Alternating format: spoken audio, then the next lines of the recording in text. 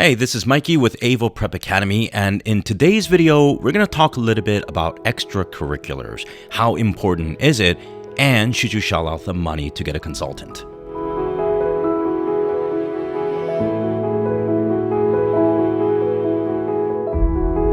So this is a question that I get asked often during counseling. Particularly from parents who have young students, maybe they're just about to start middle school, and their main concern is whether their student is going to have enough specs or things on the resume to really showcase their extracurricular involvement. Now, the problem is that I think there are two very different answers to this question, both of which can apply to different types of students. So that's kind of what I want to deconstruct today. So extracurriculars obviously involve things like school activities, including athletics or music or theater, and it might also include things that you do outside of school, whether it be service or even competitions. We're talking about things like AMC or the robotics competition, and the list goes on. And nowadays, a lot of people are interested in camps as well. But the important thing to think about is that these extracurricular activities can mean everything, or they can mean pretty much nothing at all. So why is that? Well, let's imagine for a moment that we're looking at a group of students who are applying to Stanford University or maybe Caltech. We're talking about very, very, very good students.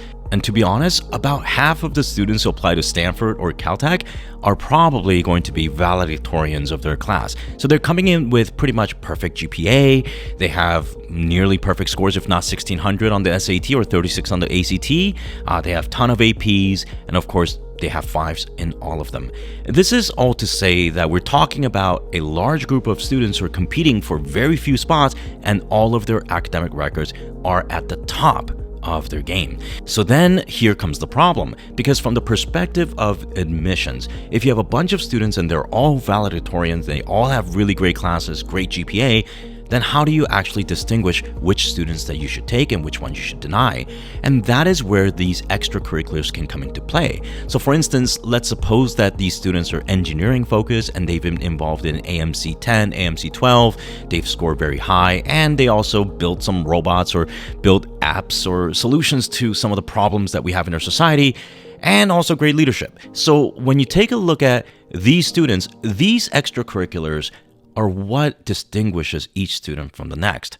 But the problem is that not everyone can compete at this level. You see, we are already talking about 0.01% of the students who are actually that achieved in terms of their academics. So what that means is that for majority of the students, these extracurriculars may not actually have that great of an impact as you might expect. So for students who are applying to a lot of public schools or maybe even private schools, but maybe not at the level of Caltech or Stanford or maybe the Ivies, then to be completely frank, a lot of these schools are going to be looking at your GPA as well as your rigor of the course selection as better indicators of your performance at their university rather than these other extracurricular activities. So when we take a look at a student who may be getting something like 3.8, has decent SAT score, maybe something like 1400 plus, and he or she wants to apply to a lot of public Ivies, maybe UVA, Michigan,